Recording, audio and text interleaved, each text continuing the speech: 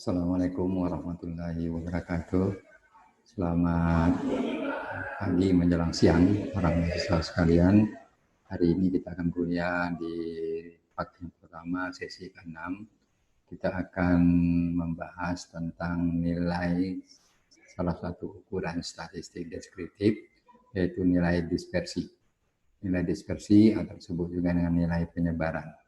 Nah, apa yang dikenal dengan nilai penyimpangan atau nilai dispersi, atau dengan kata lain ada juga orang mengistilahkannya dengan nilai penyimpangan atau nilai persebaran. Nah, nilai dispersi adalah suatu ukuran yang menunjukkan tinggi rendahnya. Jadi memperlihatkan tinggi rendahnya perbedaan data yang kita miliki atau yang kita peroleh dari nilai rata-ratanya dalam satu kelompok data. Nah, nilai inilah yang nantinya kita gunakan untuk membandingkan antara satu kelompok dengan kelompok lainnya. Nah, mengapa nilai dispersi ini penting? Pertama, dengan mencari atau menggunakan nilai dispersi, kita akan memperoleh informasi tambahan tentang penyimpangan, variabilitas, ataupun keragaman data yang terjadi pada suatu distribusi data. Yang kedua, kita dapat menilai ketepatan nilai tengahnya dalam mewakili suatu distribusi data. Yang ketiga, tentu nilai dispersi ini digunakan nantinya untuk analisis statistik deskriptif yang lebih dalam jika dibandingkan dengan nilai tengah yang kemarin, ya. Jadi ada yang nilai mean, median atau modus ataupun nilai-nilai ukuran statistik lainnya. Nah, yang pertama yang perlu kita pahami jenis dari nilai dispersi yang paling sederhana yaitu rentangan ataupun kisaran atau disebut dengan rank. Jadi rentangan, kisaran itu adalah ukuran dispersi yang paling sederhana dalam menggambarkan secara kasar tentang besarnya variabilitas atau variasi. Caranya mudah, kita akan menentukan mana data yang tertinggi, nanti kemudian kita kurangi dengan data terendah. Jadi ambil saja data tertinggi, nanti dalam satu distribusi data, kemudian dikurangi dengan data terendah.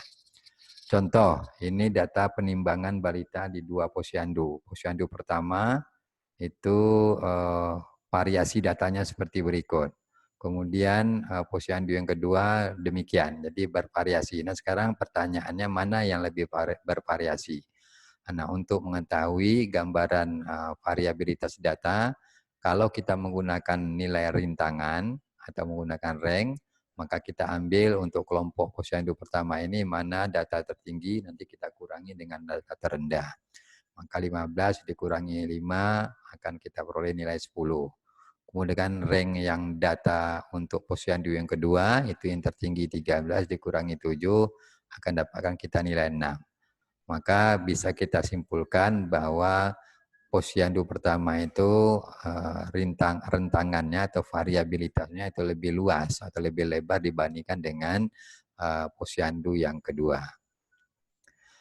Karena ini merupakan ukuran dispersi yang paling sederhana, tentu di sini memiliki kelemahan-kelemahan. Pertama, sangat tergantung pada nilai kedua nilai ekstrimnya, baik ekstrim atas atau pada ekstrim maksimalnya atau maksimumnya, atau ekstrim ke kiri atau ekstrim nilai minimumnya.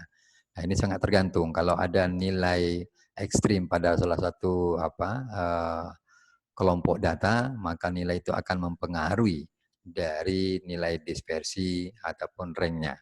Yang kedua, memiliki fluktuasi yang sangat besar. Mengapa demikian? Karena sangat tergantung dari kedua nilai maksimum dan nilai minimum. Yang ketiga, ukuran ini sebenarnya tidak memenuhi definisi dari keragaman atau variabilitas, karena tidak diketahui di mana sentral tendensinya. Jadi tidak mengikut atau melibatkan nilai rata-rata di dalam menentukan variabilitas. Yang keempat, bukanlah dengan demikian tentu ini bukan ukuran dispersi yang mantap atau yang stabil. Kemudian yang kelima, kelemahannya dia jarang digunakan untuk kondisi-kondisi yang sangat penting, tetapi hanya digunakan pada situasi yang mendesak. Kita butuh waktu 2 atau 3 menit, maka kita bisa gunakan rintangan ini dalam menggambarkan penyebaran ataupun penyimpangan. Yang kedua yang kita kenal dengan nilai dispersi adalah mean deviation atau deviasi rata-rata. Deviasi rata-rata adalah jumlah selisih antara hasil setiap pengamatan dengan rata-rata nanti dibagi dengan banyaknya pengamatan. Jadi jumlah selisih antara hasil setiap pengamatan dengan rata-rata dibagi dengan banyaknya pengamatan. Nanti di dalam perhitungan ketika kita mendapatkan nantinya minus, kita harus tetap menggunakan angka mutlak, di mana nilai-nilai negatif yang kita peroleh nanti kita rubah menjadi nilai positif. Sehingga dengan demikian pada penghitungan deviasi rata-rata ini tentu akan mengabaikan tanda plus dan minus. Artinya sebenarnya kelemahannya tidak memenuhi aturan-aturan matematis. Nah, rumus mean deviasi untuk data tunggal bisa dilihat di sebelah kanan ini. Mean deviasi sigma x minus x bar nanti dibagi dengan n untuk data tunggal. Ya. Untuk data berkelompok dimodifikasi sedikit, mean deviasinya sigma f dikali nt dikurangi x bar atau rata-rata dibagi dengan jumlah pengamatan.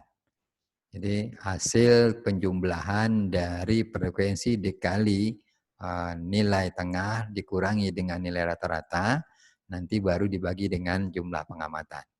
Kita ambil contoh, ini data berat badan ibu hamil yang berkunjung di Rumah Sakit Islam Siti Rahmah bulan April 2011. Nah, ini merupakan data tunggal. Ya, ada 6 data yang merupakan berat badan ibu. Sekarang kita mencoba untuk menghitung nilai mean deviasinya. Karena dia berbentuk data tunggal, maka kita akan menggunakan rumus khusus untuk data tunggal. Nah, pertama pekerjaan kita tentu kita mendapatkan nilai rata-rata. Jadi kita cari dulu nilai rata-rata, tentu mencari nilai rata-ratanya kan mudah. Jumlahkan saja seluruh data ini, kemudian dibagi dengan banyaknya data. Dibagi dengan 6, maka kita dapatkan 58,3. Nah, inilah nilai rata-rata. Nah, kemudian kita buat satu kolom lagi yang merupakan hasil dari pengurangan nilai masing-masing atau data masing-masing dikurangi dengan nilai rata-rata. Maka kita dapatkan 48 dikurangi 58,3, nanti dia dapatkannya minus 10,3. Karena penghitungan mean deviasi ini mengabaikan positif negatif, maka tetap seluruhnya akan berbentuk positif.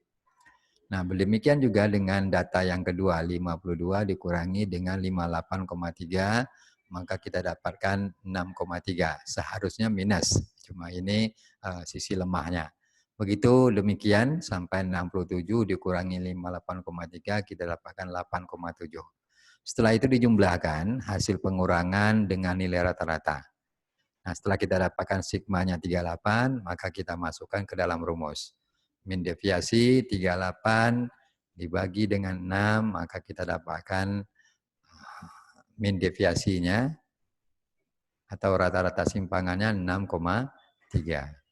Nah, kalau kita interpretasikan berdasarkan soal di atas, maka dapat kita simpulkan rata-rata berat badan dari 6 ibu hamil yaitu sebesar 58,3 kg dengan simpangan rata-rata atau mean deviasinya sebesar 6,3.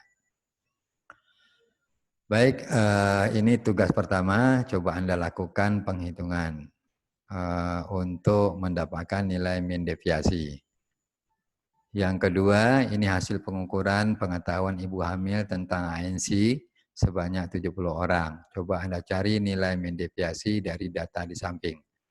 Data ini berupa data yang berkelompok.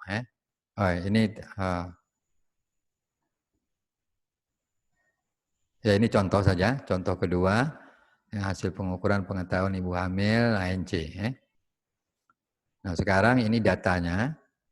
Dari data ini nanti kita coba menghitung menggunakan rumus yang kedua, yaitu rumus yang khusus untuk data berkelompok. Nah, pertama tentu langkah pertama setelah kita bikin tabelnya, ini ada kolom-kolom bantuan nantinya. Untuk kolom yang ketiga, ini untuk mengisi nilai tengah. Nilai tengah kita dapatkan biasa dari 60 masing-masing kelas interval. 60 ditambah 64 nanti dibagi 2. Maka nilai tengahnya 62. Untuk nilai tengah di kelas interval yang kedua 65 sampai 69 atau 65 ditambah 69 dibagi 2. Dapatnya 67. Begitu seterusnya sampai untuk kelas interval yang terakhir. 90 plus 54 maka nilai tengahnya 92. Nah, kemudian kita bikin lagi kolom berikutnya merupakan hasil perkalian antara frekuensi dengan nilai tengah. Maka Anda kalikan masing-masing kelas intervalnya, datanya 2 dikali dengan 62. Dapatnya 124. 6 dikali 67, 402. Begitu seterusnya. Sampai 4 dikali 92, 368. Nah, kemudian kita jumlahkan, maka sigma FNT-nya 5435. Nah, ini tujuannya nantinya digunakan untuk menghitung nilai rata-rata. Jadi sigma FNT nanti kita bagi dengan jumlah data, bagi 70, maka rata-ratanya kita dapatkan 77,64. Nah, inilah yang nantinya merupakan nilai yang dikurangi dari masing-masing data. Setelah ini kita dapatkan nilai rata-rata, kemudian baru kita lakukan pengurangan. NT dikurangi dengan nilai rata-rata. Jadi nilai tengah masing-masing data itu dikurangi dengan rata-rata. Nah, nilai tengah pertama 62 nanti dikurangi dengan 77,64. Ya, dikurangi 77,64 seharusnya minus 15,64. Karena penghitungan mean deviasi ini mengabaikan negatif positif, maka dia tetap positif di sini. Oke, kemudian 67 dikurangi dengan 77,64, dapatnya 10,64. 72 dikurangi 77,4, seharusnya minus 5,64, maka kita abaikan minusnya. Begitu seterusnya, sampailah ke kelas interval yang terakhir. Nah, kemudian